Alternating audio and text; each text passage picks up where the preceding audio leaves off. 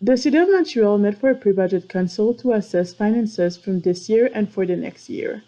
The council assessed how the pandemic closures continue to disrupt the city economically. The city is hoping to curb inflation, but this could affect borrowing costs. The City of Montreal is limited in how they can collect funds, as decided by the Quebec government. So the city's main source of revenue is collected through property taxes. Stay tuned to hear the rest of Montreal's budgetary assessment for this year and ideas for the next.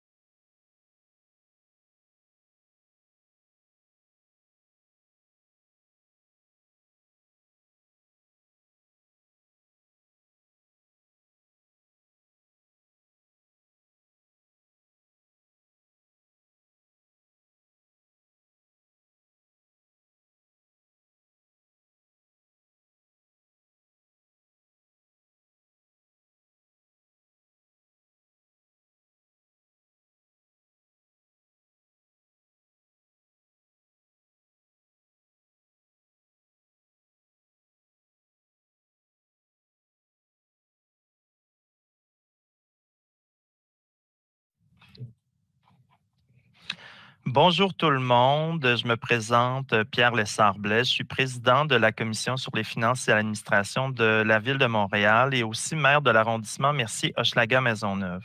Au nom de la Commission, je tiens à souhaiter la bienvenue et remercier celles et ceux qui nous suivent grâce à la web diffusion. Aujourd'hui, la Commission sur les finances et l'administration clôture ses travaux au terme de la consultation prébudgétaire 2023, l'une des premières étapes du processus budgétaire annuel qui permet aux Montréalaises et Montréalais de s'exprimer sur les orientations du prochain budget de la Ville. Nous sommes donc réunis en séance publique virtuelle pour vous présenter et procéder à l'adoption des recommandations de la Commission qui seront proposées à l'administration. Permettez-moi tout d'abord de vous présenter les membres de la commission qui m'ont accompagné tout au long de cette consultation. J'invite les membres à se présenter en commençant par nos deux vice-présidents de la commission, M. Bourrel. Bonjour à tout le monde. Georges Bourrel, maire de Bakersfield. Et M. Desbois. Oui, bonjour tout le monde. Donc, mon nom, c'est Laurent Desbois et je suis maire d'Outremont. Merci beaucoup. Et pour les autres membres de la commission, nous avons M. Botashi. Bonjour à toutes et à tous. Alex Botashi, maire de Dollard-des-Ormeaux. Madame Christensen. Bonjour, Lisa Christensen, conseillère de la Ville pour le district La Pointe-aux-Prairies, à Rivière-de-Prairie, Pointe-aux-Trembles. Monsieur De Souza. Bonjour, Alan De Souza, maire de Saint-Laurent. Monsieur Gratton. Bonjour, Benoît Gratton, je suis conseiller d'arrondissement dans le district des Marchais-Crawford à Verdun. Madame Journeau. Bon matin, Virginie Journeau, conseillère de ville à Pointe-aux-Trembles, dans l'arrondissement Rivière-des-Prairies, Pointe-aux-Trembles. Monsieur Ouellette. Oui, Sylvain Ouellette, conseiller municipal dans le district François-Perrault, dans l'arrondissement Villeray, Saint-Michel, Parc Extension. Madame Sigouin. Oui, bonjour à toutes et à tous. Bon matin. Anne-Marie Sigouin, conseillère dans l'arrondissement du Sud-Ouest au district Saint-Paul-et-Mars et Henri-Ouest. Merci beaucoup. Et malheureusement, il y a l'absence de Mme Vicky Grondin qui est en congé parental et Mme Nathalie Goulet qui nous avait avisé là, de son indisponibilité depuis quelque temps. Donc, on passe donc à l'adoption de l'ordre du jour pour cette assemblée. Celle-ci se déroulera comme suit. Tout d'abord, je ferai la lecture de l'ensemble des recommandations que nous présentons à l'administration. Depuis 8 heures ce matin, le projet de recommandation est disponible sur la page web dédiée à la consultation. Je soumettrai ensuite ces recommandations aux membres de la commission pour adoption. Nous allons ensuite avoir une période de commentaires des commissaires et s'il y a des questions et commentaires de la part du public, ce sera la dernière partie de l'ordre du jour. Et donc, je propose donc aux membres de la commission que l'ordre du jour soit adopté avec la modification du fait que nous déplaçons la période de commentaires des commissaires tout de suite après l'adoption des recommandations. J'aurais besoin d'un proposeur-appuyeur, proposé par M. Botashi et appuyé par M. Desbois. Donc, maintenant que notre ordre du jour est adopté, on peut passer à la présentation des recommandations de la commission. Donc, à l'issue des délibérations, les commissaires ont retenu une série de constats et de recommandations que nous vous présentons à l'instant. Je tiens à dire personnellement, à titre de président, que la commission formule ses recommandations dans un contexte d'incertitude sur l'évolution de la pandémie et de ses conséquences économiques. Malgré une relance vigoureuse de l'économie montréalaise, la Ville fait actuellement face à un triple défi, soit atteindre l'équilibre budgétaire qu'impose la loi québécoise, répondre aux enjeux sociaux et environnementaux criants, tout en rattrapant le déficit d'investissement dans nos infrastructures. C'est avec ce triple défi en tête que la Commission sur les finances et l'administration dépose ses recommandations. Je suis très fier du travail accompli. Je remercie chacun de mes collègues et particulièrement mes deux vice-présidents de la Commission, M. Georges Bourrel et M. Desbois. Donc, pour la lecture des recommandations, nous avons la présentation en ligne. Donc, Madame Atrouche, merci beaucoup. Sur la première page, la première section, section 1, gestion rigoureuse des finances municipales. Considérant la saine gestion des finances publiques, la capacité de payer des contribuables et la démarche entreprise par l'administration visant la diversification des sources de revenus pour assurer le financement durable de l'action municipale dans une perspective de transition écologique, considérant les incertitudes autour des perspectives économiques consécutives à la pandémie de la COVID-19 et leur poids sur les finances publiques et les priorités budgétaires, considérant la force de la reprise économique et les pressions inflationnistes croissantes sous-jacentes, notamment sur les biens et services et la masse salariale, considérant que la prudence, la rigueur et la responsabilité sont de mise dans ce contexte de perturbation économique, considérant l'un des 4 axes du plan stratégique Montréal 2030 de la Ville, de renforcer la solidarité, l'équité et l'inclusion, et l'importance de recourir à des données différenciées pour orienter ces décisions afin de mieux répondre aux besoins de la population, considérant l'importance de trouver un juste équilibre, équitable et inclusif entre le maintien des infrastructures, les services à la population et les impératifs associés à l'accélération du virage écologique. La Commission recommande à l'administration de recommandation 1, poursuivre une maîtrise serrée des dépenses et identifier toutes les sources d'économie possibles. R2, recommandation 2, afin d'assurer la soutenabilité de la dette en maîtrisant l'endettement et contenir le rythme des dépenses. Recommandation 3, évaluer les impacts socio-économiques par le recours de la méthode de l'ADS+, dans le cadre de l'élaboration du budget 2023 de la Ville de Montréal et de budgets subséquents. Recommandation 4, présenter pour chaque service municipal et organisme paramunicipal relevant du périmètre comptable de la Ville lors de l'étude publique du budget 2023 et du programme décennal d'immobilisation, le PDI 2023-2032, des projections qui font état des impacts potentiels d'une augmentation continue de l'inflation sur l'ensemble de leurs activités. Recommandation 5, mettre en place à court terme des mesures éco-fiscales pour inciter la population montréalaise à adopter des comportements en faveur de la transition écologique. Deuxième section de nos recommandations, représentation auprès des paliers de gouvernement provincial et fédéral. Considérant que la Ville est tributaire de la conjoncture économique mondiale et des mesures monétaires prises par les pouvoirs publics supérieurs pour juguler l'inflation, à l'instar de la hausse des taux directeurs qui pourrait affecter à terme les coûts d'emprunt. Considérant que le partenariat 2020-2024 pour des municipalités et des régions encore plus fortes vient à échéance le 31 décembre 2024, considérant que la Ville agit en subsidiarité dans les champs d'intervention ne relevant pas de ses compétences initiales, alors que les compétences financières émanant des gouvernements supérieurs devraient être à la hauteur des responsabilités communes, considérant que la taxation foncière est la principale source de revenus de la Ville, considérant la laïcité de l'État et que Montréal héberge plus de 900 lieux de culte et immeubles étant la propriété de communautés religieuses,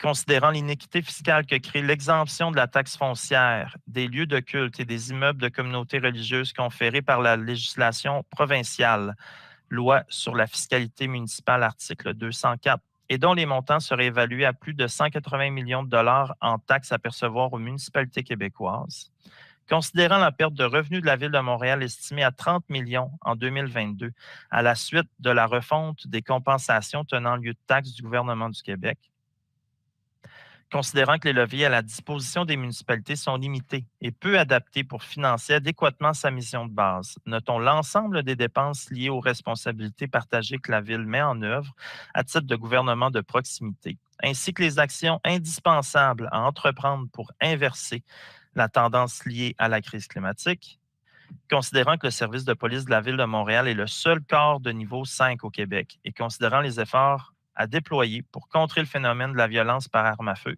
et rétablir le sentiment de sécurité de la population. Considérant la hausse de la criminalité et de la violence subies et commises chez les jeunes, l'importance reconnue de la prévention, notamment au moyen de l'implication communautaire des sports et loisirs et la responsabilité partagée des différents paliers de gouvernement d'offrir de façon équitable, à l'échelle de la métropole, les infrastructures de sport et de loisirs et les sommes requises à leur maintien. Considérant l'élaboration en cours du plan d'urbanisme et de mobilité 2050, un cadre qui guidera les décisions d'aménagement du territoire et de la mobilité en vue de la transition écologique, la Commission recommande à l'administration de recommandation 6 poursuivre des représentations auprès du gouvernement du Québec pour que l'agglomération de Montréal requiert de nouveaux pouvoirs lui permettant de diversifier ses sources de revenus. Recommandation 7. Réclamer du gouvernement du Québec un nouveau pacte fiscal pour le financement du transport collectif, actif, adapté et alternatif afin d'augmenter de façon pérenne son financement et qu'il assure la totalité des coûts de l'électrification des transports. Recommandation 8. Faire un décompte exhaustif des services relégués à la Ville et dont la responsabilité première incombe aux autres paliers de gouvernement. Réclamer les montants compensatoires budgétaires pour ces dépenses assumées par la Ville, qui relèvent en tout ou en partie des autres ordres de gouvernement, à l'instar de la sécurité publique et civile, l'itinérance, l'habitation, les institutions muséales d'envergure nationale, le transport adapté scolaire, l'immigration, le patrimoine bâti, etc. Recommandation 9. Consentir en partenariat avec le gouvernement du Québec et d'Ottawa, du Québec et du Canada, des investissements plus substantiels des infrastructures de sport et de loisirs sur le territoire de l'agglomération, en s'assurant de leur accessibilité par un mode de transport collectif. Recommandation 10. Demander au gouvernement du Québec de combler les pertes, estimées à 30 millions de dollars pour la Ville de Montréal seule, de revenus de l'agglomération de Montréal et des villes liées à l'issue de la refonte du calcul des paiements tenant lieu de taxes. Recommandation 11. Réclamer du gouvernement du Québec la part des taxes municipales non perçues par l'agglomération de Montréal en raison d'une exemption fiscale provinciale des lieux de culte et des immeubles de communautés religieuses sur le territoire de Montréal. Section 2.1. Crise de l'accessibilité à des logements sociaux et abordables. Considérant les besoins impérieux d'accès au logement pour les ménages à faible revenu et modestes et les besoins criants des personnes en situation d'itinérance, considérant les investissements considérables de l'ordre de 150 millions par année pour les 20 prochaines années sont nécessaires à la réhabilitation des HLM montréalais, considérant que malgré la stabilité du taux d'inoccupation qui s'élève à 3,7 % sur l'île de Montréal et 6,3 % au centre-ville de Montréal, la Société canadienne d'hypothèques et de logement note que l'abordabilité des logements locatifs demeure un enjeu majeur, principalement pour les ménages à faible et modeste revenus.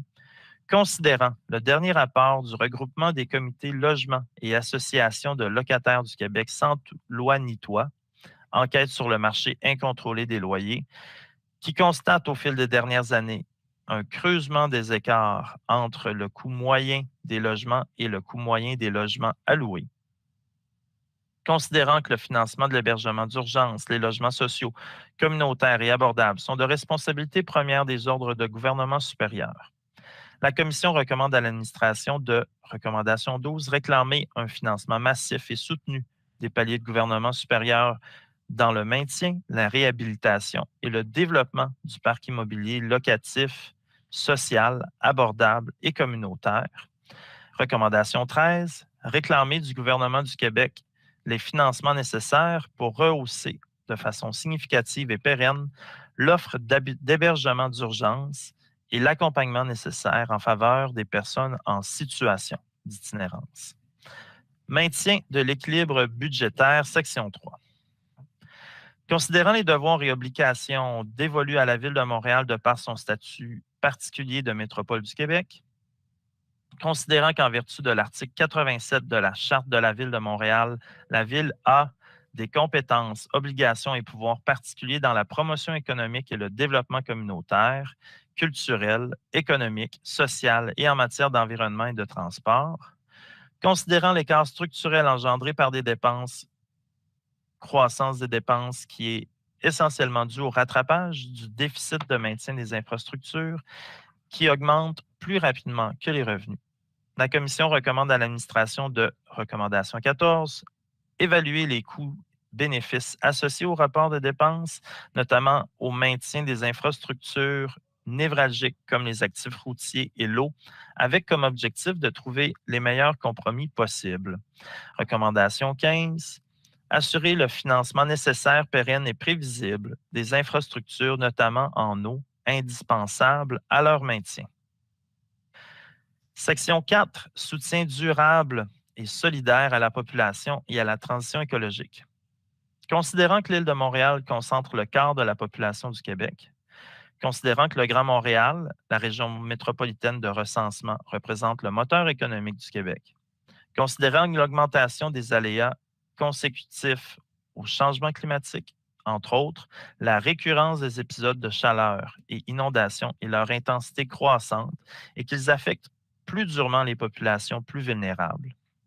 Considérant que ces problèmes environnementaux accentuent les inégalités et exercent des pressions dispendieuses sur les services et finances publiques, considérant qu'un décès sur 3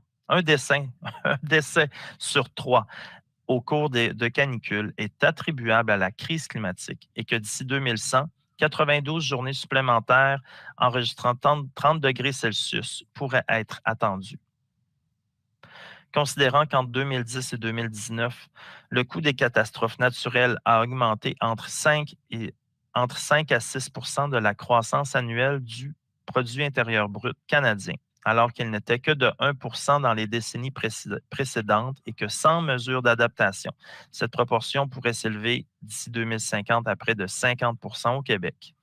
Considérant le déséquilibre du niveau de financement entre le réseau autoroutier et transport collectif, considérant que le secteur du transport représente 39 % des émissions à gaz à effet de serre et que le développement des transports actifs et alternatifs est essentiel à l'atteinte des objectifs municipaux de réduction de GES, considérant que le Québec figure au bas de l'échelle des pays membres de l'OCDE en matière de taxation à l'environnement pour faire face au changement climatique, considérant les avis exprimés, le plan climat, en parallèle au plan d'urbanisme et de mobilité en élaboration, revêt une importance fondamentale, considérant que le financement des activités municipales repose essentiellement sur la taxe foncière et la nécessité d'alléger le fardeau fiscal des ménages les plus fragilisés et des organismes communautaires qui leur offrent un soutien essentiel, la Commission recommande à l'administration de recommandation 16, préciser au prochain budget et programmes décennaux d'immobilisation les montants alloués pour les différentes mesures du plan climat et identifier à quelle hauteur ces montants contribuent à l'atteinte des objectifs du plan en faveur de la résilience climatique. Recommandation 17. Adopter des mesures d'écofiscalité susceptibles d'encourager des comportements éco-responsables, notamment la taxe sur le stationnement et l'imperméabilisation des sols, et s'assurer que les coûts associés à ces mesures n'affectent pas de façon disproportionnée les ménages à revenus faibles et modestes. Recommandation 18. Explorer les niveaux de contribution à l'assiette fiscale municipale des différents secteurs de Montréal et analyser l'impact de la densité conjuguée à des facteurs socio-économiques afin de moduler une fiscalité municipale plus juste et plus équitable. Recommandation 19. Assurer l'équité de services et leurs coûts entre les citoyennes et citoyens des différents quartiers de Montréal et des villes liées dans une perspective de réduction des inégalités en évitant que cela résulte en une détérioration des services offerts dans les arrondissements et villes liées. Recommandation 20. Aménager l'espace urbain en tenant compte d'autres parallèles, notamment la qualité de vie et la mixité sociale, et en assurer une équité de services entre les citoyennes et citoyens des différents quartiers montréalais. Et dernière et cinquième section, bonification du processus de consultation prébudgétaire.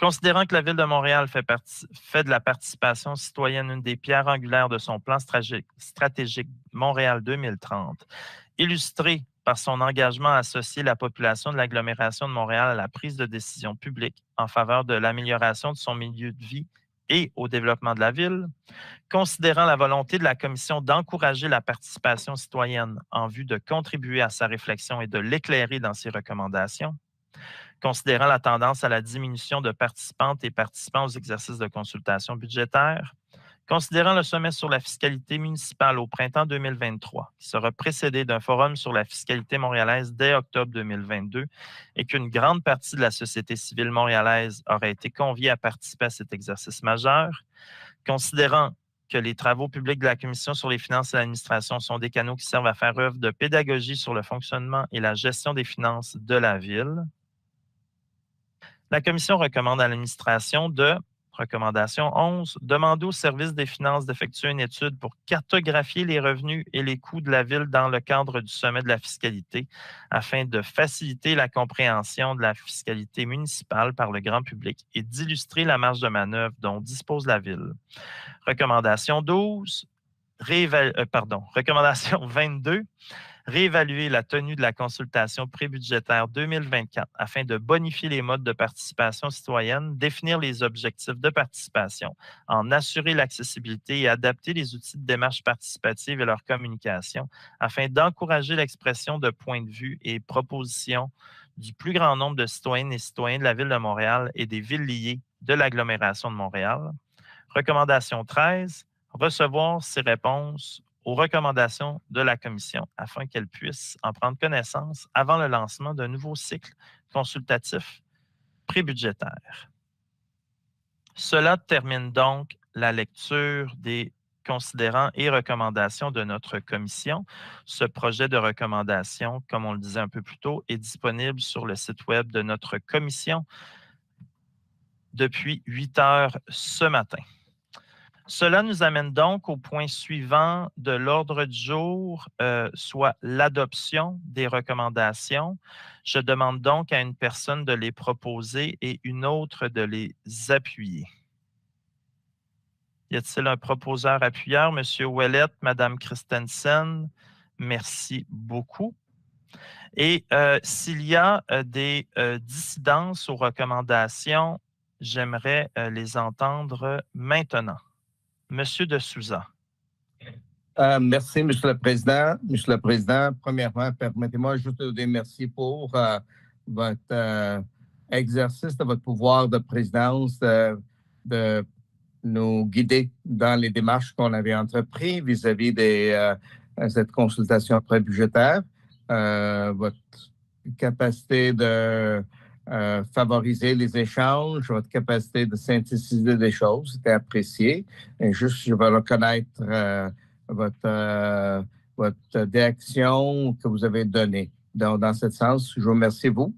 Je remercie aussi l'équipe avec Mme Aptouche et d'autres personnes qui nous ont épaulés dans cette démarche et aussi mes collègues aussi qui ont participé dans cette démarche-là, des citoyens en même temps. Donc, je pense qu'il faut juste reconnaître que ces efforts sont une mobilisation significative de la ressource de la ville, et quand je dis la ville, les élus et tout le monde, et par la suite la population. Moi, je veux juste signifier que pour les recommandations, je veux enregistrer mon désaccord, mon vote contre sur item R11, et si ça c'est votre volonté, je peux donner mes explications maintenant.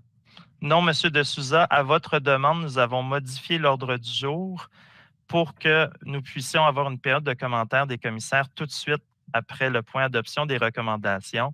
Donc, nous allons maintenir l'ordre du jour tel que nous l'avons modifié suite à votre demande, mais nous notons votre dissidence concernant la recommandation 11. Merci beaucoup, M. de Souza. Merci. M. Desbois. Oui, merci, M. le Président. Donc, je me joins à M. de Souza pour vous féliciter de votre excellent travail de président de la commission et ainsi que remercier les commissaires et l'équipe de Lydia Latrouche. Donc, je vais enregistrer aussi ma dissidence sur le R11. Merci beaucoup. Merci, M. Desbois. Y a-t-il d'autres prises de parole? Donc, les recommandations sont adoptées avec les dissidences de M. de Souza et Desbois sur la recommandation 11. Donc, nous pouvons passer à la période de commentaires des commissaires. Donc, j'invite mes commissaires qui souhaitent à prendre la parole à le faire dès maintenant. Monsieur de Souza. Merci, Monsieur le Président. Monsieur le Président, juste voulu dire que j'ai eu l'occasion d'échanger avec vous plus qu'en faisant ma lecture de ces recommandations sur la fin de semaine. Donc, je pense que les motifs de mon dissident sur R11 est bien connu à vous-même, mais je pense que donner qu'on siège en public, je voulais juste partager ça pour que d'autres personnes peuvent bien comprendre pourquoi ma prise de position. R11, c'est une recommandation qui est faite une demande au gouvernement du Québec de nous de rembourser la ville et l'agglomération pour les montants non perçus en vertu d'une exemption provinciale pour les lieux du culte et les bâtiments accessoires. Et je vous avoue que c'était campé dans les considérants dans un contexte d'orientation gouvernementale de laïcité. Je vous avoue que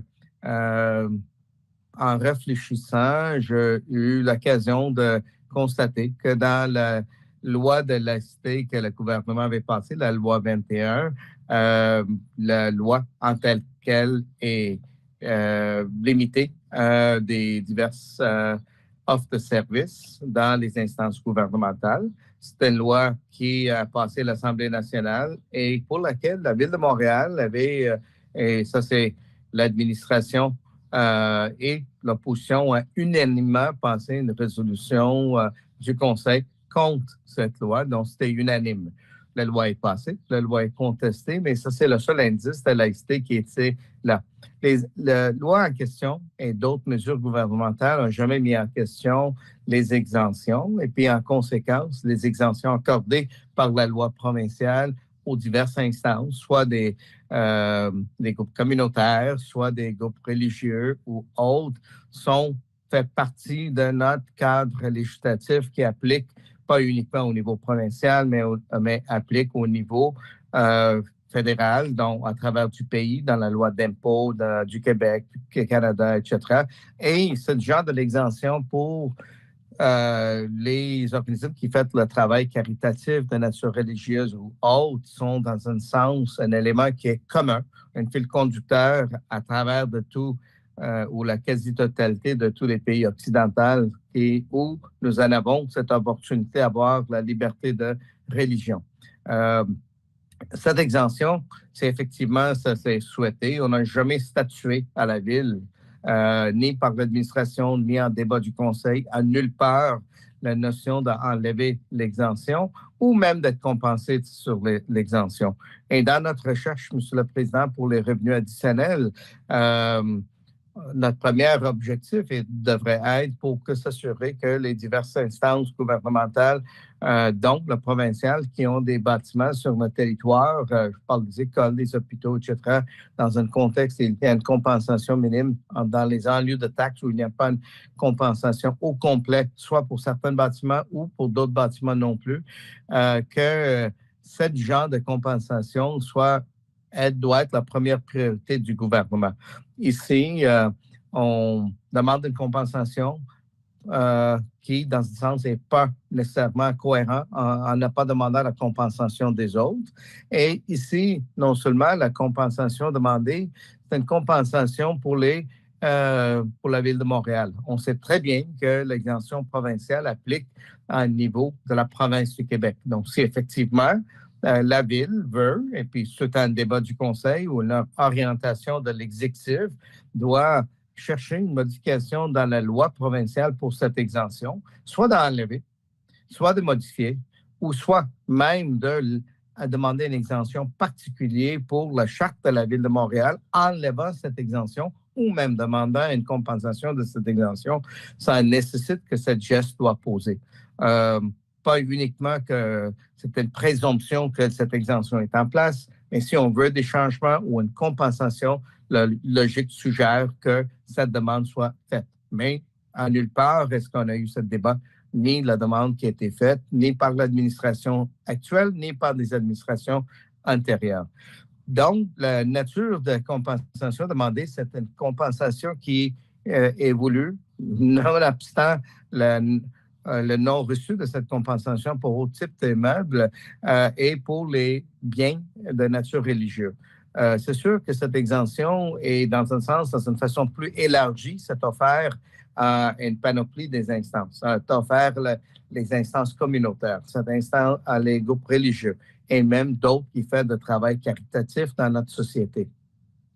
Je trouve ça curieux que le seul qu'on demande, dans un contexte présumé de la laïcité, qu'on demande que cette compensation soit uniquement sur une base religieuse, uniquement sur une base territoriale et uniquement dans un contexte où ce débat n'a pas eu lieu. C'est effectivement, ça c'est notre volonté d'avoir une compensation. Cette demande doit venir par une demande formelle de l'administration. Je trouve ça curieux qu'un genre de compensation pour appliquer uniquement sur le territoire de la Ville de Montréal. Pour ceux parmi vous qui vont faire vos vacances, je vous invite à passer à travers du Québec et de regarder toutes les diverses instances religieuses qui sont dans la société québécoise et demander comment est-ce que le gouvernement va faire ces choix-là. La logique suggère qu'il y a une réflexion et un débat, si jamais ça c'est l'intention de l'administration. Entre-temps, de demander une compensation pour les montants non reçus. Il faut comprendre que je peux bien comprendre une compensation pour les bâtiments gouvernementaux, les hôpitaux, les palais de congrès et d'autres, mais ici, ça c'est pour une compensation en vertu d'une exemption, pas en vertu de la propriété. En conséquence, le gouvernement ne recève même pas une scène de ces montants qui sont contribués ou non contribués. Ça veut dire que le gouvernement n'a pas à être récipiendaire de ces sommes et demander de compenser. Donc, le premier élément de mon intervention était sur la compensation et demander est-ce qu'on maintienne ou non, ou partiellement ou non. Le deuxième était qu'on demande de l'argent pour quelque chose qui, le gouvernement n'est même pas récipiendaire des fonds. Je me questionne sur quelle base la Commission peut faire cette demande-là et en toute probabilité, je me questionne quelle va être la réaction gouvernementale. Et si ça, c'est la demande que l'administration de Projet Montréal vise faire, mais il devrait venir dans une façon claire, nette et précise. Ici, en faisant cette demande, je pense qu'on est en train de passer par une demande de compensation à la porte en arrière, quelque chose qu'on est hésitant de le faire ça par la porte en avant. Je réalise que c'est un effort par la Commission de chercher d'autres sources de financement, mais je vous dis que les grands enjeux qui viennent avec cette recommandation ne sont même pas nécessairement considérés. Ça ouvre la porte, M. le Président, sur les valeurs contribuées par les diverses instances, soit religieuses, soit caritatives et autres de notre société. Moi, ma compréhension était que notre société valorise les bénéfices accordés par les diverses instances qui actuellement œuvrent pour le bien-être de notre société, soit communautaire, soit religieux et autres. Il y a des valeurs qui sont légales, ils sont reconnus, ils donnent plus, ils sont financés par les personnes qui n'ont pas nécessairement les moyens, quand même dans leur dîme ou dans leur contribution, contribuent des petits montants à leur église, à leur mosquée, à leur temple, à leur synagogue pour maintenir ces institutions. Et ces institutions, par leur activité, par leurs valeurs accordées, par leur contribution pour le bien-être des membres de notre communauté et société en général, accordent un bénéfice au-delà de la valeur de l'exemption. Donc, dans ce sens, moi, je peux témoigner de cette fait-là que dans un contexte chez nous, à Saint-Laurent, je reconnais les bénéfices qui sont accordés à ces instances et qu'est-ce qui contribue à notre société et de les enlever ou exiger la compensation pour les montants non reçus. Personnellement, je vois que c'est presque comme un questionnement de leur existence, la valeur qu'ils ajoutent. On n'a jamais eu, et si on veut avoir cette discussion et débat, je suis très ouvert de le faire.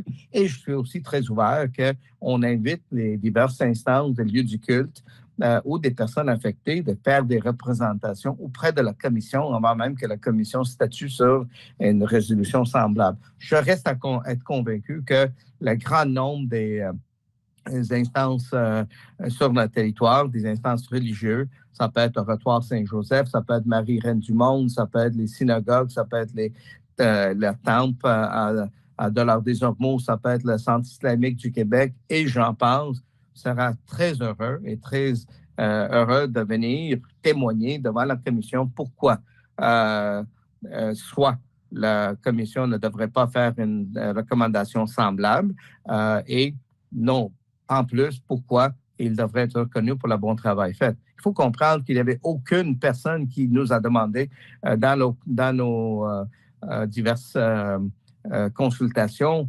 de faire ni ce genre de compensation, ni ce genre de demande, soit de questionner l'exemption accordée.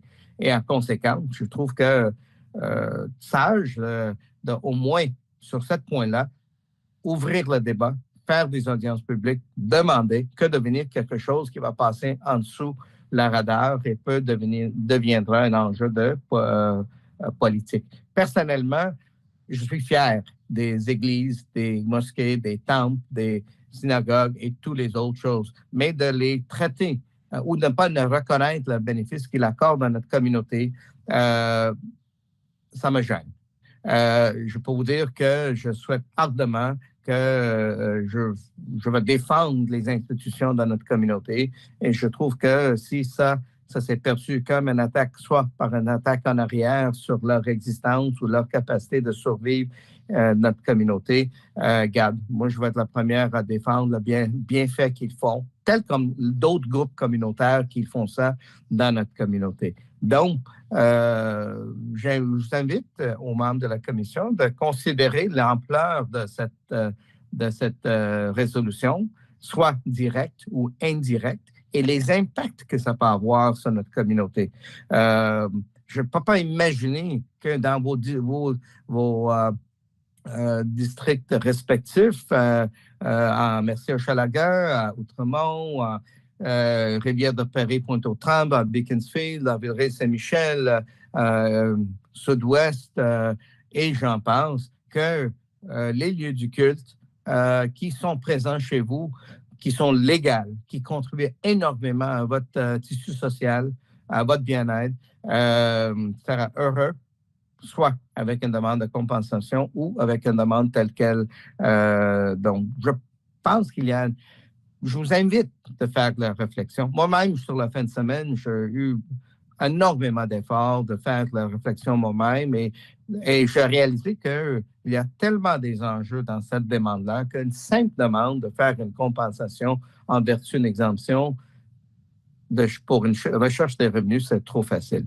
Ça ne donne pas justice à un dossier complexe. Ça ne donne pas justice à la valeur des institutions dans notre société. C'est purement, et je ne veux pas que tu ris, Monsieur le Président, c'est un exercice comptable. Et moi, je suis comptable, donc je dis qu'on doit s'éloigner des exercices comptables, mais on est élu pour tenir compte dans notre jugement, dans notre âme et conscience, les enjeux beaucoup plus larges que purement les enjeux comptables. Et je pense qu'avec votre accord de chercher une autre instance au conseil municipal par une résolution, si ça c'est votre souhait, ou par une demande de... S'il vous plaît, M. De Souza. Pardon? En conclusion, s'il vous plaît. Avec plaisir, M. le Président, j'arrive. J'ai voulu simplement vous inviter de considérer d'autres moyens d'avoir l'appui de l'administration, pas par une résolution unanime du Conseil, soit par un débat au Conseil, soit par une autre consultation de cette commission où on invite les gens, mais d'avoir une plus grande occasion de valider les impacts sur non seulement l'exemption, mais aussi à travers du Québec et aussi des personnes concernées, avec un objectif d'avoir une bonne connaissance des enjeux avant de formuler une recommandation semblable. Merci pour votre indulgence, M. le Président, et votre écoute. Merci, M. De Souza. Avant de poursuivre la prise de parole des autres commissaires, je tiens toutefois à rectifier certains faits qui ont été nommés par M. De Souza dans son allocution, qui, je trouve, manquent de respect au travail de la commission.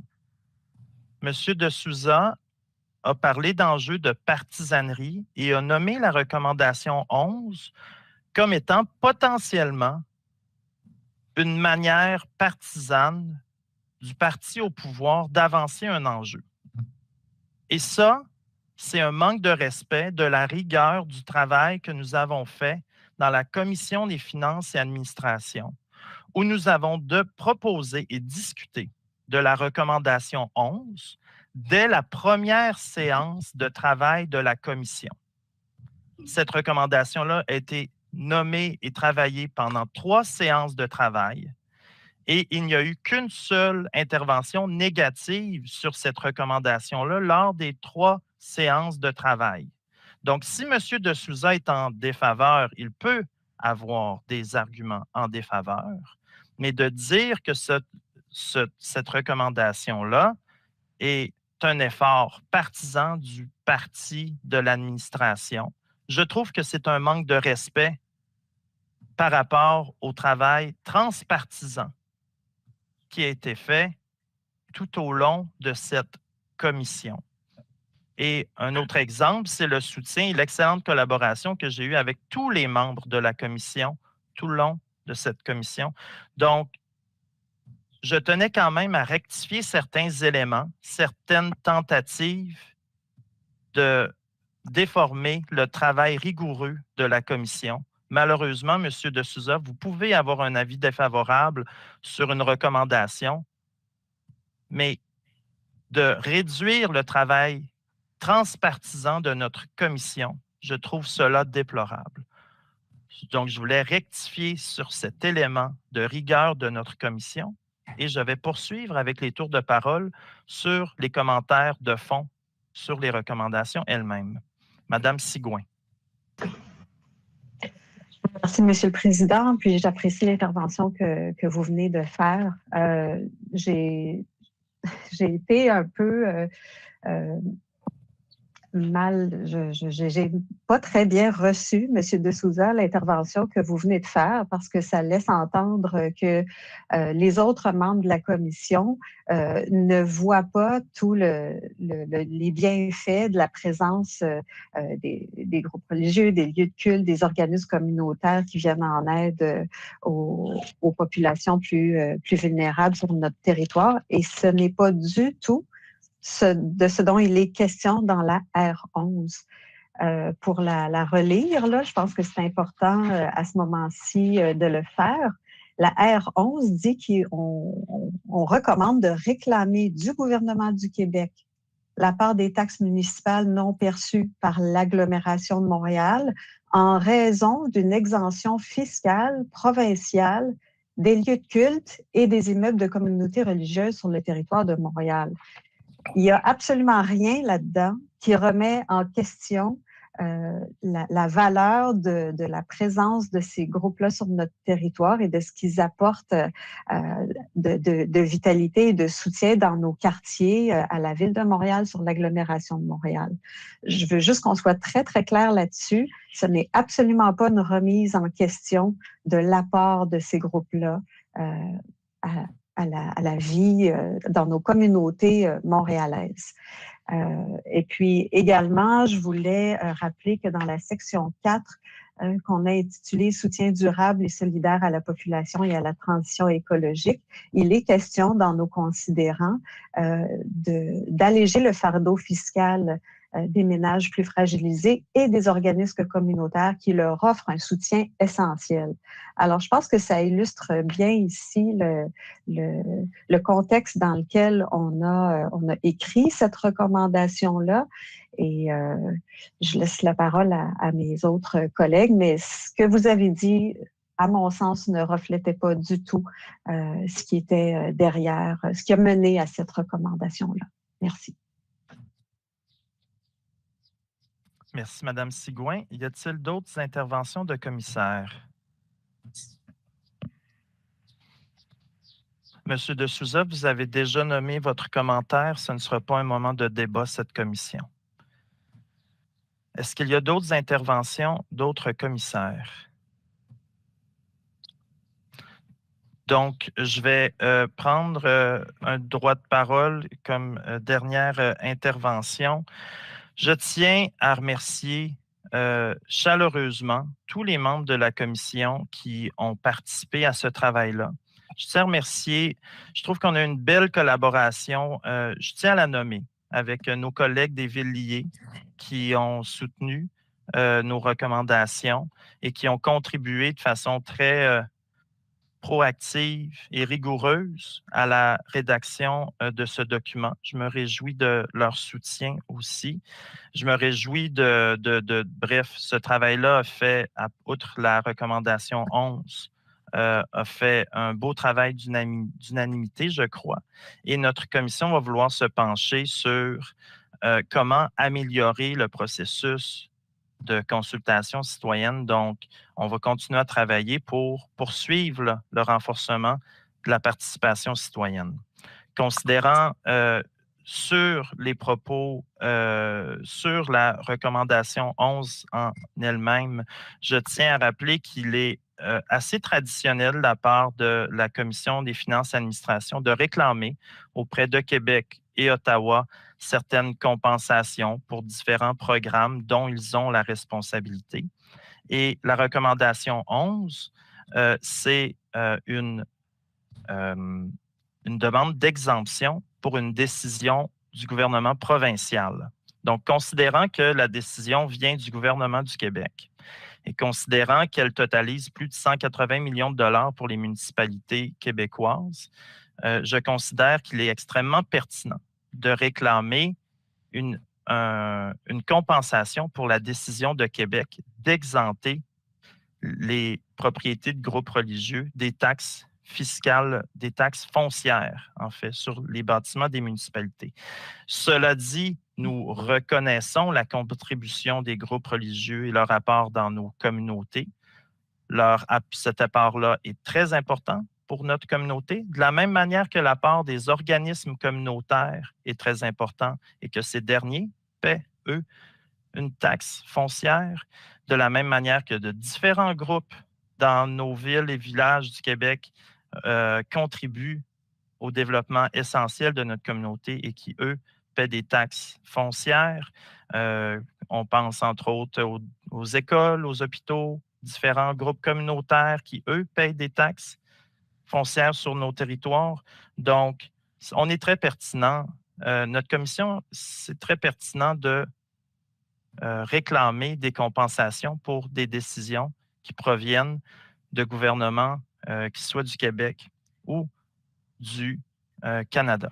Donc, merci infiniment à tout le monde pour ce travail et j'espère que l'administration saura s'inspirer de nos recommandations dans l'élaboration de leur rapport, de leur budget 2023. Cela clôt donc la période de commentaires des commissaires et il y a une intervention d'un citoyen, M. Pierre Pagé. Donc, je vais lire son commentaire. Excusez-moi, je veux juste bien pouvoir le lire. Donc, comment la recommandation 12 fait face à la crise grave du logement à Montréal? Pourquoi vous limitez à des pressions sur Québec? Pourquoi ne pas tenir compte, par exemple, de notre recommandation à l'effet d'utiliser la méthode anglaise de construction massive de logements? Ensuite, comment, dans la recommandation 18, tenir compte de la grave crise des prix vécus par nos concitoyens et pourquoi ne pas être plus précis dans les nouvelles taxes pour immeubles chers, les compagnies qui possèdent un grand stock de logements, etc. Donc, merci, M. Pagé, pour vos commentaires. La question du logement est reconnue par la Commission. Une section spécifique a eu lieu, a touché la question de l'habitation, en fait, et nous avons fait certaines recommandations. On ne peut pas inclure les recommandations de tous les groupes, de tous les mémoires non plus. Il y a une synthèse qui est faite par les commissaires, mais l'apport de l'organisme Montréal pour tous est toujours extrêmement apprécié. Concernant